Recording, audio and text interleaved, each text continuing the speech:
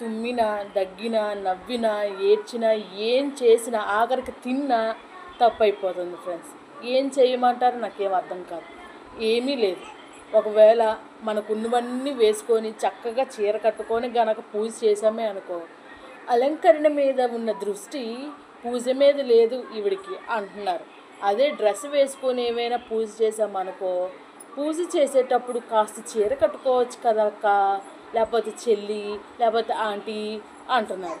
అదే మనకు వచ్చి రాని డ్యాన్సులు ఏమైనా వేశారనుకో, అంతలావుగా ఉండి నువ్వు డ్యాన్స్ చేయడం అవసరమా అంటున్నారు.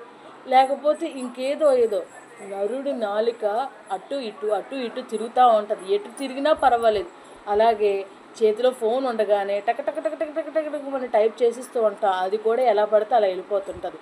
కాబట్టి మనం ఏంటి అనేది, మనం తప్పు చేయకపోతే నువ్వు ఏదైనా చేయి పర్వాలేదు.